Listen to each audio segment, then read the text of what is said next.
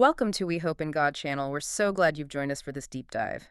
Today's mission is structured a bit like a segment of quiet time reflection. Hmm. We're going to take a deep look at a piece of God's Word and really try to share the grace and the insights we've received from it. Yeah, and hopefully they can act as a small light for your walk with Christ. Exactly. And today we're looking at an often overlooked passage. I mean, it's a bit of a counterintuitive one from the Old Testament, from Deuteronomy. Oh, absolutely. It's told this really deep and personal revelation about the love of Jesus, but through the lens of shared responsibility, community care. And our goal today is to get that knowledge quickly, but also really thoroughly. Not just what the text says, but how it can transform how you view your faith and your community. That's the goal. So we'll move through our usual structure, scripture first, then reflection, and finally, application. Let's jump in. Okay, so let's open up the book of Deuteronomy. Hmm. You have to imagine the context here. Moses is old, his work is pretty much done. Right. He's at the very end of his life. He's standing right on the edge of the promised land, and he knows his people are about to change completely. They're going from desert nomads to, a settled society with laws. So before they cross that river, he gives these final vital speeches.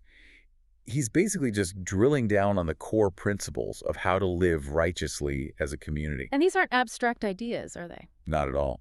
They are intensely practical, legal codes for keeping moral order in this new land. And right in the middle of these statutes, we find this specific, really tragic scenario. Yes, an unsolved murder. Someone is found slain, just lying out in a field. The killer is completely unknown.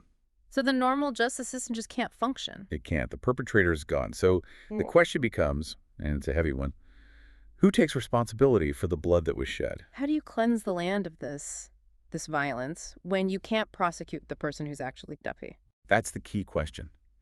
And God's instructions, well, they bypass the whole criminal investigation. The focus is immediately on the atonement ritual that's needed. So let's get right to the text. Let's read exactly what the text commands. Okay. This is from Deuteronomy chapter 21, verses 1 through 3. Okay. It says, "If someone is found slain, lying in a field in the land the Lord your God is giving you to possess, and it is not known who the killer was, your elders and judges shall go out and measure the distance from the body to the neighboring towns." Okay, so a measurement. Right. And then verse 3. "Then the elders of the town nearest the body shall take a heifer that has never been worked and has never worn a yoke." Wow. Okay, so that's a surprising legal pivot right there. God's priority is not solving the cold case. Not at all. It's about dealing with the stain that the injustice has left on the community. Yeah. But you picked up on the key question. Yeah, I mean, if the killer isn't known, isn't that just terrible luck? Why is the closest town automatically on the hook for the cost and this whole ceremony? And that's what makes this text so insightful and so challenging. It defines justice not just as, punishing the guilty, Right. but as purifying the land and the community. The focus shifts entirely to the communal response. The town that is geographically closest to this tragedy has to bear the cost. They have to perform the ritual. They absorb the moral liability. So this heifer, it's a valuable, unblemished animal, which I assume symbolizes the cost of the crime. Exactly. And they don't just pay a sign. It's a profound act of taking moral ownership. The elders of that nearest town, they take the heifer to a valley with running water, break its neck. And then they wash their hands over it, making this public declaration. Yes, and that part is so fascinating. Washing their hands. It sounds like they're declaring innocence. But they're performing the atonement at the same time, so what are they actually declaring? They're declaring two things. First, they say, our hands have not shed this blood, nor have our eyes seen it done. They're affirming they aren't the murderers. Okay, that makes sense. But right after that, they pray. They ask God to forgive the land and to not hold the blood guilt against their community. Ah, so they're innocent of the act, but they accept responsibility for the outcome. Yes, because it happened within their immediate sphere. That's the crucial nugget of knowledge here. The law establishes this duty of proximity. If injustice happens near you, you are part of the moral system responsible for cleansing the fallout. Which brings us right into our reflection. It does. That one phrase, the elders of the town nearest the body, Yeah. that's the key. It's so easy to just read right over it. But it's where the grace is. It's where the deep personal grace was in this quiet time. We tend to assume, if I didn't commit the sin, I'm free from the consequence. We operate on like a principle of isolated individual guilt. We do. But what's so fascinating here is that God does not allow for that kind of spiritual or moral isolation. He never says, well, since you don't know who did it, you're all off the hook. It just completely challenges that common assumption that we're isolated from communal harm. The principle is so clear. God teaches us that we're held responsible for what happens near us, Around us. among those entrusted to our care. If this happened within your sphere of influence, you are responsible for the remedy. It seems almost unfair, doesn't it? It does. They didn't commit the murder, but they have to bear the cost. Why put that burden on the innocent community? Well, the burden serves two, I think, really essential functions. First, it forces the community to recognize that they failed in their duty of care. I mean, the fact that a killer could operate right next to their town means the community's moral fences, so to speak, were down. That's a powerful thought. And the second The function. cost and the declaration, they act as a powerful deterrent. It forces neighbors to be more vigilant, more active in watching over one another. So this connects to the bigger picture of our faith. Absolutely. This passage is a reminder that the life of a Christian is not just about guarding my faith or securing my salvation. Right. True faith has to reach beyond the self.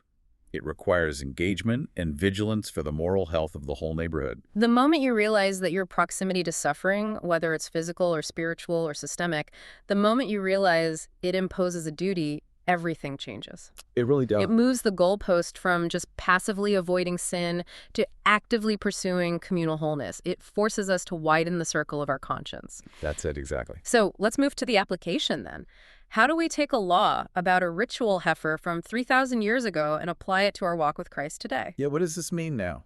The call seems to be not just avoiding harm, but actively watching over our nearest town, whatever, or wherever that might be. And the application flows right from that.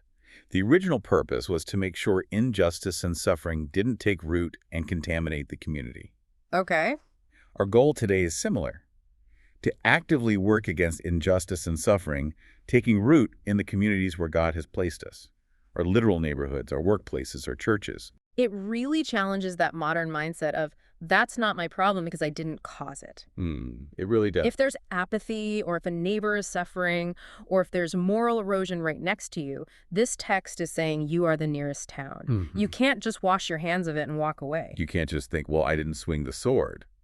It's a powerful challenge. It means we stop seeing ourselves as these isolated spiritual units. So the life God desires is one that protects the vulnerable and bears responsibility together. Yes, we're called to stop dreaming of God's kingdom as just a private, individual safe space. We have to dare to dream of it as a whole, mutually accountable community. So you mentioned this idea of having a wider heart. Let's get practical. If we translate that heifer ritual, the cost, and the declaration, what are the specific commitments we can make? Okay, I think there are 3 commitments, and they're all rooted in rejecting that isolationist mindset. Right. First, choosing to live with a wider heart. That means consciously expanding our capacity for empathy and active intervention beyond just our own personal needs. So it's acknowledging that my well-being is tied to my neighbors. It is. Second, actively caring for those around me. Recognizing my duty isn't just to avoid wrongdoing, but to move toward those in need. Stepping into uncomfortable situations, not just waiting for someone else to handle it. Exactly. And third, embracing responsibility, not turning away from weakness. Whether that's weakness in my local school system or spiritual weakness in a friend. That's right. I embrace the responsibility that comes with that shared struggle because I am a part of the closest town.